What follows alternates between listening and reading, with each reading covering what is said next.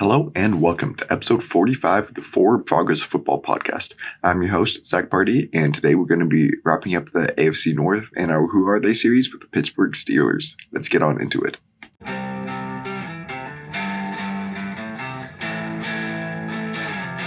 Alright, so in case you're new here, what we do is we go over each team division by division, position by position, and just break down the roster, kind of give like a whole season preview type deal, and then at the end of it, talk about a season projection where I talk about what I think this team's floor and ceiling is, as well as their over or under, whether or not I think they're going to hit that over or under, and then the biggest strength and the biggest weakness on this roster. At the end of this whole series, I'm going to be doing a whole season prediction where I'll give my official win totals for each team, plus a playoff prediction where I'll pick those Super Bowl winners, all that, and a season's award prediction.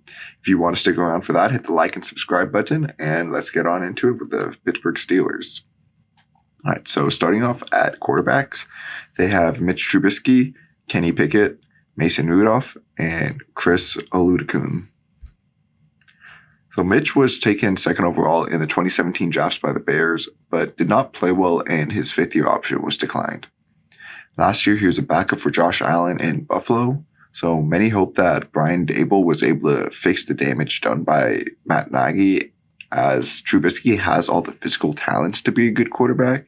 He just struggled with accuracy and reading defenses and stuff.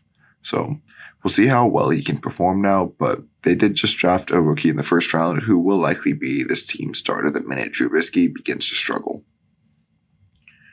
Pickett was the first quarterback selected and the only one picked in the first two rounds of this past draft. The 20th overall pick out of Pitt played like one of the most pro-ready quarterbacks in the draft, either him or Desmond Ridder. He's a good athlete and has great accuracy, but didn't have like the best feel for the pocket in college and didn't go through his progressions often. He should be ready to start soon for this team though, as he'll be able to efficiently get the ball to all these playmakers. Rudolph was taken in the third round in 2018 and got a shot to be the Steelers quarterback of the future when Big Ben went down in 2019. However, he played poorly and was replaced by UDFA Duck Hodges. To be fair, Rudolph eventually won that starting job back, but so far he's shown nothing to make you believe that he's anything beyond a backup caliber guy, if even that. Then Oludokun was taken in the 7th round out of South Dakota State this year. So for running backs, they have Najee Harris, Anthony McFarland Jr., Benny Snell Jr., Jeremy McNichols, Mateo Durant, Jalen Warren, and then fullbacks Derek Watt and Connor Hayward. Harris was picked 24th overall last year and had a good rookie season. He was ran into the ground though, taking by far the most snaps by running back in the league. And he was on the field for 6.2% more snaps than Derrick Henry, who was the next highest used back, or at least percentage-wise. He had 1,200 yards, 7 touchdowns, and 0 fumbles, plus an additional 463 yards and 3 touchdowns through the air, which is great for a rookie, but he also only averaged 3.9 yards per carry. He has all the tools to be a top back, but clearly needs more help from his O-line, and hopefully Pittsburgh can get some more production out of their backs before they break Najee down. The Steelers better hope that McFarland starts to show up more in year 3, as they need another back to help lighten Harris's load. He's got the potential of a nice change of pace back at 5'8" with 4.44 speed, but that small frame has already led to some injuries in his career. Snell was taken in the 4th round in 2019 and has seen some rotational snaps. Last year, he did see his lowest amount of snaps, which is probably a good thing because he's a pretty poor athlete for the running back position, as he's not fast or shifty and doesn't have good power to offset those deficiencies. And then, I don't know if this has happened yet with some lower depth chart guys, but I'm pretty sure that McNichols is the first guy I'm going to be talking about twice in this series, as he was on the Falcons when I did that episode. He's a good third down receiving back who can play that role if McFarland can't for any reason. So I do think he's a pretty good pickup, and I was at first kind of shocked to see the Falcons cut him, but I checked again and they have a lot of good depth and young guys, so not too shocking. And then Durant and Warren are UDFAs from this class. Watt is going to be your more traditional blocking type fullback, joining the team in 2020 after spending his first 4 years with the Chargers. And Hayward was taken in the 6th round this year out of Michigan as more of the H-back, flex tight end, fullback type. So for wide receivers, they have Deontay Johnson, George Pickens, Chase Claypool, Miles Boykin, Calvin Austin III, Gunnar Olszewski, Steven Sims, Cody White, Anthony Miller, Tyler Vaughns, and Tyler Snead. Deontay Johnson has gotten off to a pretty nice start to his career. Last year, he put up 1,100 yards and 8 touchdowns with the ghost of Ben Roethlisberger throwing to him. He's a great separator but doesn't have the most reliable hands, though he did improve on that last season. With improved quarterback play, it wouldn't be shocking to see him elevate himself firmly into the top 15 conversation. George Pickens was picked in the 2nd round out of Georgia this year. He could have easily been the first receiver taken in this class if it weren't for a torn ACL that cost him to miss most of his last year. He's a good route runner with incredible body control. He's going to be one of those guys who can position himself to make any catch and also have some serious toe drag swag. I love this pick, and I think he's going to be this team's number 1 as soon as the end of the season. Claypool looked like one of the league's best deep threats as a rookie. The 6'4", 240-pound second-round pick ran a 4.42 40, making him bigger and faster than most everyone he was facing. That led to him having 870 yards and 9 touchdowns as a rookie. However, in year 2, he saw similar yardage but only 2 touchdowns, and his drops rose from 4 to 7. There's also been some questions about his maturity, but if he can stay focused and on the field, he can be a great top 5 even deep threat, and he is only entering year 3. And then Boykin is kind of like a light version of Claypool. He's not as big and strong, but he does have the same 40 time. However, the 2019 third-round pick has failed to make any noise so far in a thin Baltimore room. Now that he's in Pittsburgh, can he become that deep threat that he has the potential of, or is he just going to be a guy who catches a small handful of deep balls a year, but nothing more? Calvin Austin was taken in the 4th round out of Memphis this year. He's an extremely small at only 5'8", 170, but he is extremely athletic and constantly won on the outside in college. Obviously, it's going to be hard for him to find that same success in the NFL as like an X-type receiver, but I don't think there's any reason to think that he can't be a top slot option sooner rather than later.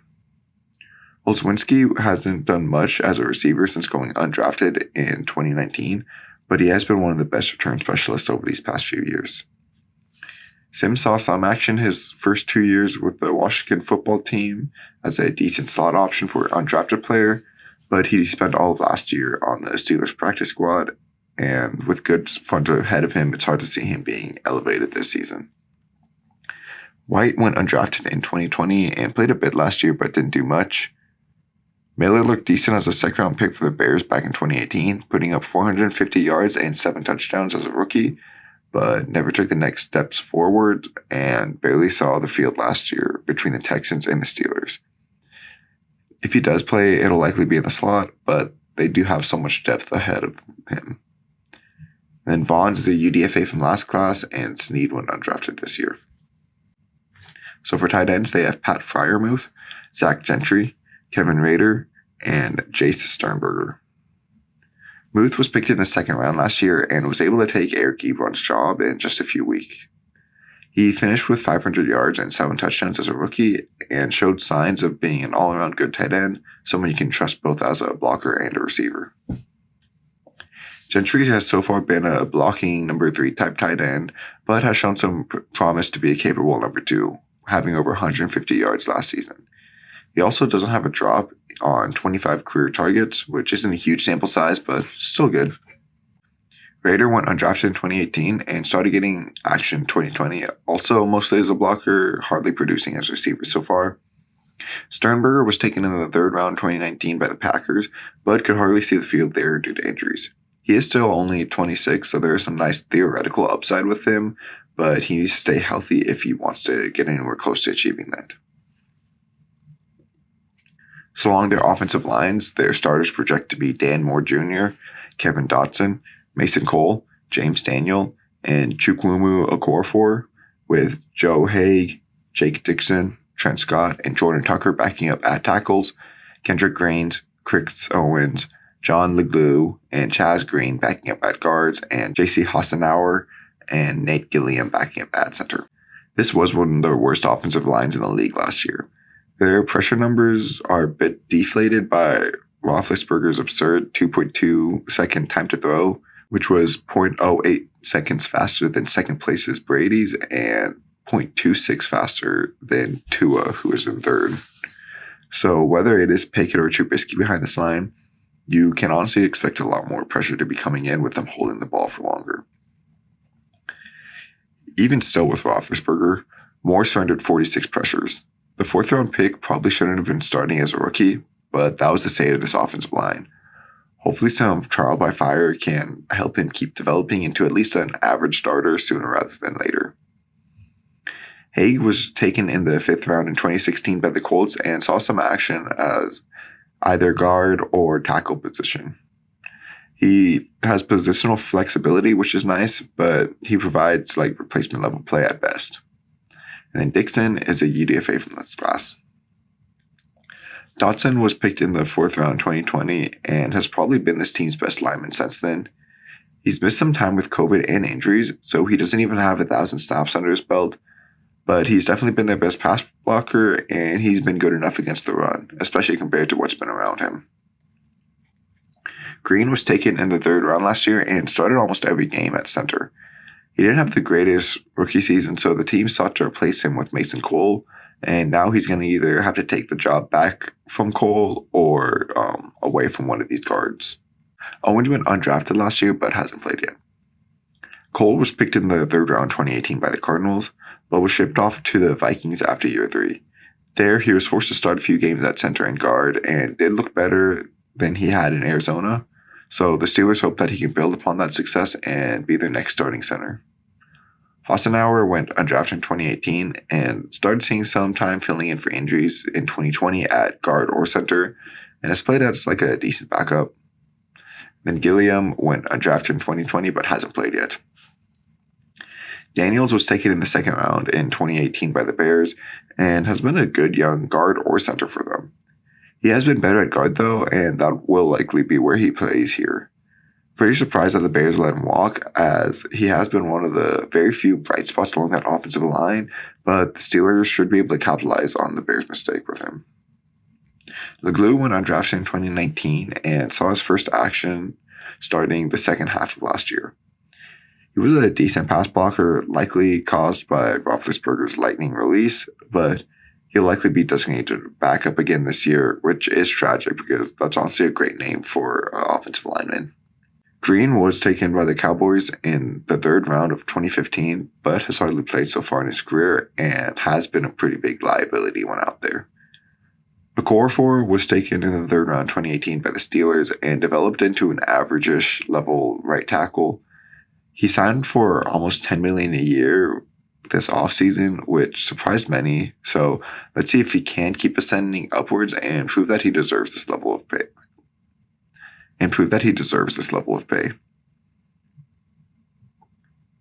Scott went undrafted in 2018 and has seen some action each year, but has played poorly when out there, and Tucker is a UDFA from this class. So along their interior defensive line, they have Cameron Hayward, Larry Ogunjobi, Tyson Aluelu, Isaiah Loudermilk, Chris Wormley, DeMarvin Leal, Montravius Adams, Carlos Davis, Henry Mondo, Khalil Davis, Doug Costin, and Donovan Jeter. Hayward is one of the best players in this league and would probably be talked about as the best defensive lineman if it weren't for Aaron Donald. 2013 was the last time he had less than 50 pressures, excluding a 2016 where he missed significant time with injuries, and he's had 59 or more pressures every year since 2017. He's one of the best players against the run too. His presence demands so much attention, and when a team diverts that pressure elsewhere, like the reigning defensive player of the year, he is absolutely able to make them pay.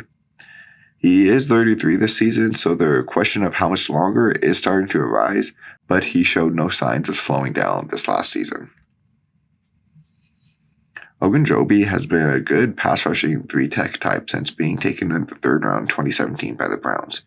He spent last year with the Bengals, making the Steelers the third AFC North team that Ogunjobi has been a part of. He'll likely rotate out on earlier downs as he's not much of a factor against the run, but as a pass rusher, he's above average, and when playing next to Watt and Hayward, he could easily have a career year. Oluwelu was taken 10th overall in 2010 by the Jags. After 7 mess seasons there, he signed with the Steelers and has been one of the better run-stuffing defensive tackles in the league. He won't provide much value as a pass rusher and is 35 coming off injuries, but if he can regain his form, he should be a good run-stuffer once again. Loudermilk was taken in the 5th round last year and saw a decent amount of snaps as a rookie, but wasn't able to make much noise with them. Wormley was taken in the 3rd round in 2017 by the Ravens, but was traded to the rival Steelers after his 3rd season. He's been a good rotational 3 to 5 tech pass rusher here, who definitely takes advantage of playing next to some talented players with 27 pressures but 8 sacks last year, while seeing a lot of time filling in for injured Stephon Tuitt. DeMarvin Leal was taken in the 3rd round out of this year's draft out of Texas A&M. There, he played like a tweener role, lining up all along the defensive line. These types haven't worked out recently, but honestly, if anyone can get success out of him, it would be the Steelers, who already have had him bulk up to play more of that traditional 3 to 5 tech. Adams was drafted by the Packers in the 3rd round in 2017 as a run-stuffing nose tackle, but he never really developed there and spent last year splitting time with the Saints and the Steelers. Carlos Davis was taken in the 7th round in 2020 but hasn't played much yet. Mondo was undrafted in 2018 and started seeing some snaps for the Steelers these past 2 years, but hasn't looked great there as an undersized 3 tech. Khalil Davis was taken in the 6th round in 2020, seeing a few snaps with the Bucks and Colts so far. Costin went undrafted in 2020 and saw decent snaps as a run-stuffing 3 tech, but hardly saw the field last year with Jacksonville, and Jeter is a UDFA from this class. So for edge defenders, they have TJ Watt, Alex Highsmith, Jannard Avery, Derek Tuska, Delonte Scott, Tuzzer Skipper, TD Moultrie, and Tyree Johnson. So TJ Watt is one of the league's best edge defenders, if not the best. The reigning Defensive Player of the Year tied the record for sacks last season with 22.5, despite missing some time and playing banged up. He's an amazing pass rusher. He's amazing against the run, and he's also pretty good at dropping into coverage, which he is doing a bit less as his best value is as a edge rusher.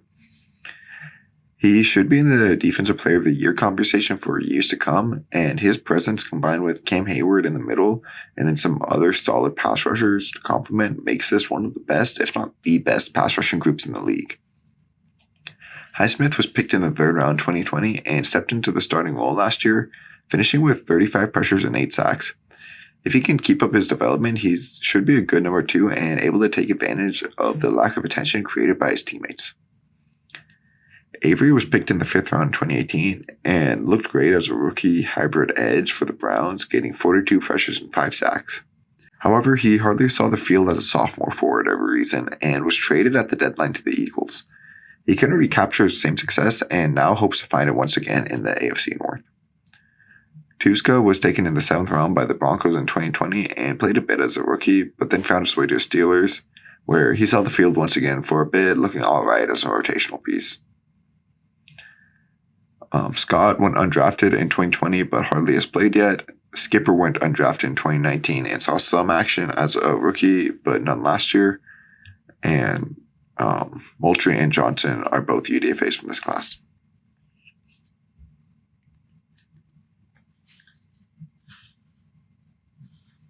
So for linebackers, they have Miles Jack, Devin Bush, Robert Spillane, Buddy Johnson, Marcus Allen, Ulysses Gilbert III, and Mark Robinson. Jack was one of the better young linebackers for the Jags, who took him in the 2nd round in 2016, despite an injury that cost him most of his rookie season.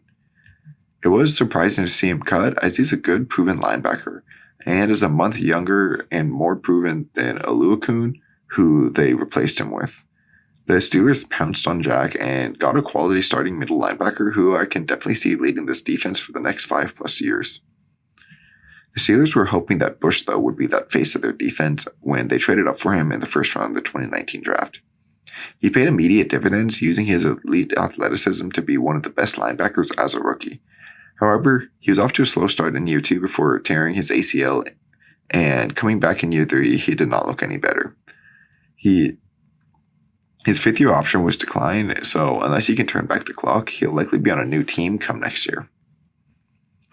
Spillane went undrafted in 2018 and has seen some decent snaps, including a few starts these last 2 years for Pittsburgh, but he hasn't really been anything special as a run or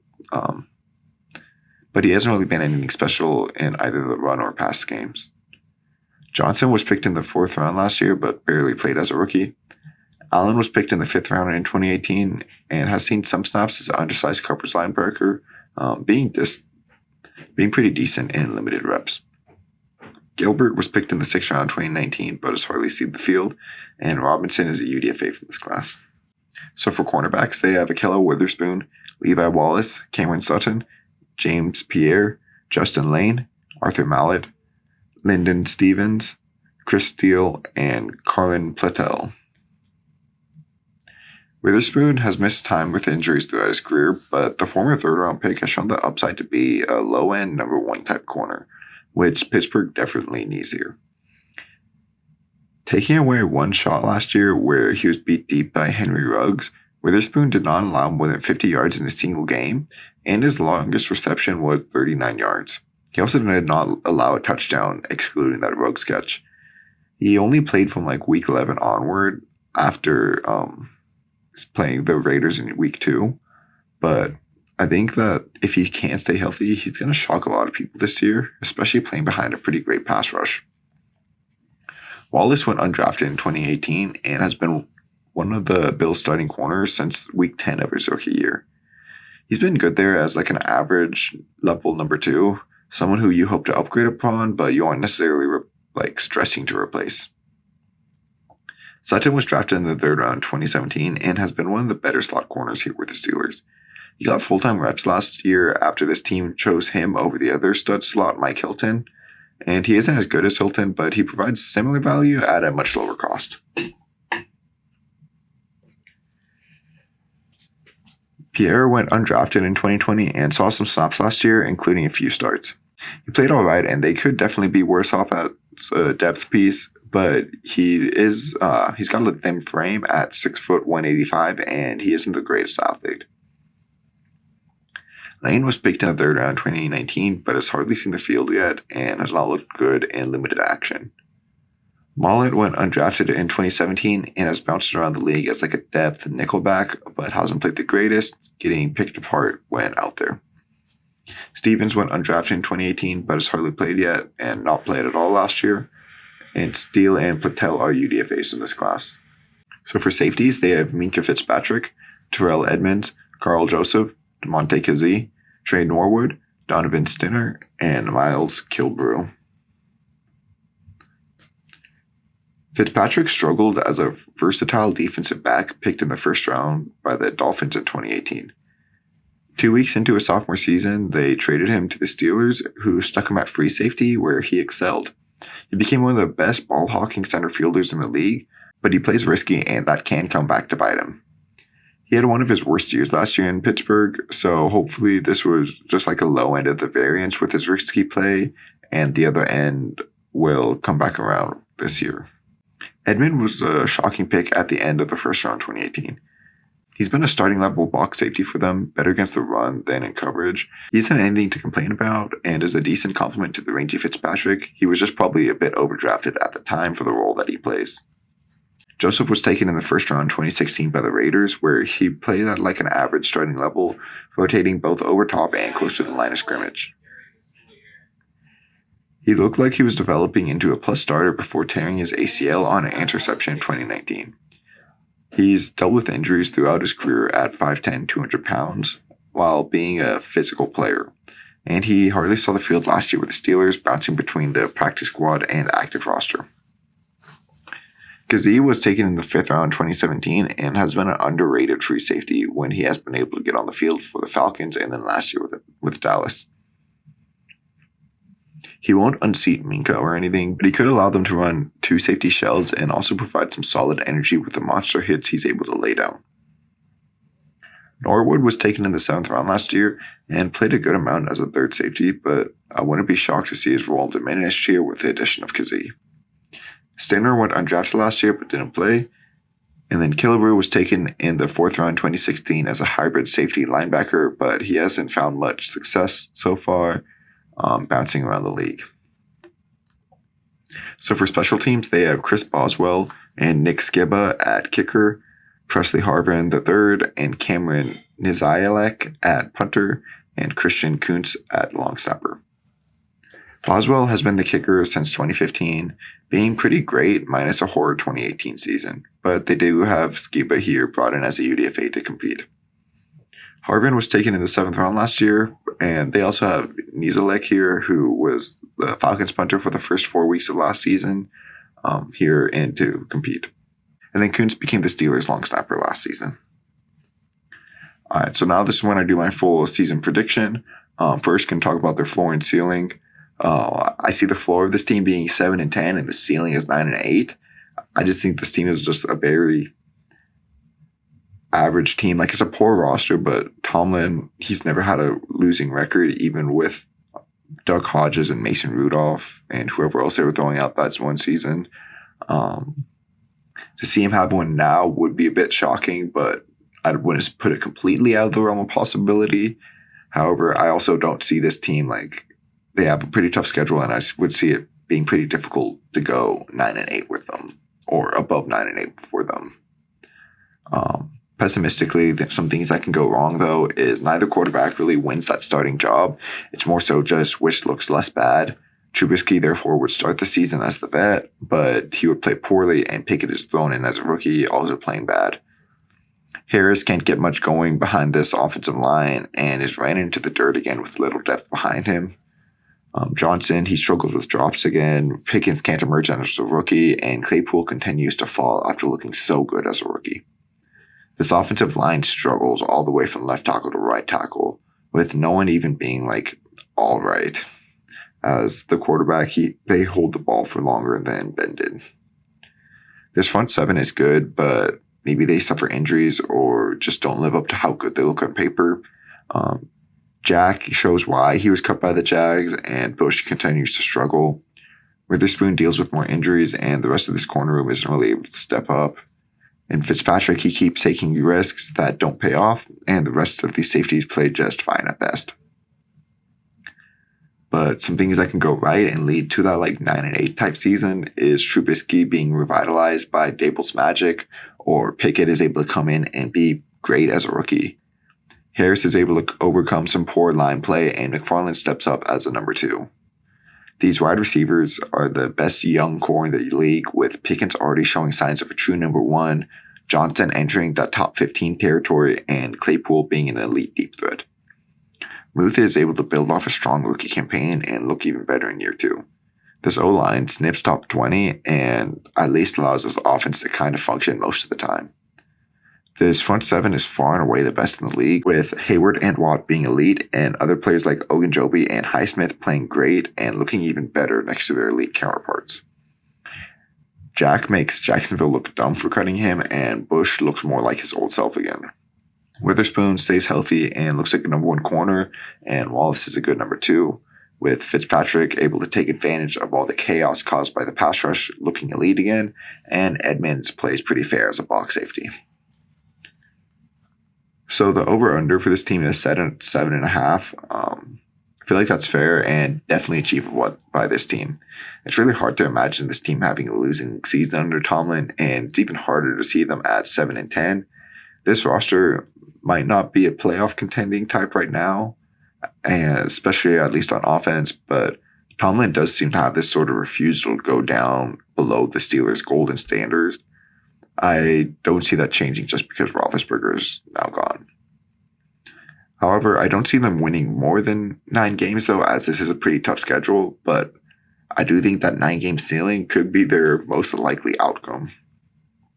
And then their biggest strength are their pass rushers. Definitely consider putting Tomlin here, as he just had that magical effect, but I decided to go with a more tangible thing that you could see, and this pass rush could go absolutely bananas, with Watt and Hayward both being top 3 pass rushers from the edge and interior, respectively. Easy cases for Watt to be number 1 and Hayward to be number 2 right behind Donald. Highsmith has developed nicely so far and is primed for a year 3 breakout. Ogunjobi has been a good interior rusher so far, and with more help around him, he could be even better. And Leo is a talented rookie who I wouldn't be shocked to see making an impact sooner rather than later here. And their biggest weakness is this offensive line. It's just so bad. I think they upgraded at center and right guard, but their job is going to get so much harder without Big Ben's lightning fast release. I think that they might have maybe 2 average starting linemen, and everyone here, you can make a case they can they can at least be all right or even better, but it wouldn't shock me if the opposite happened and just everyone looked terrible and this was the worst offensive line in the league. All right, so that's going to do it for today's episode.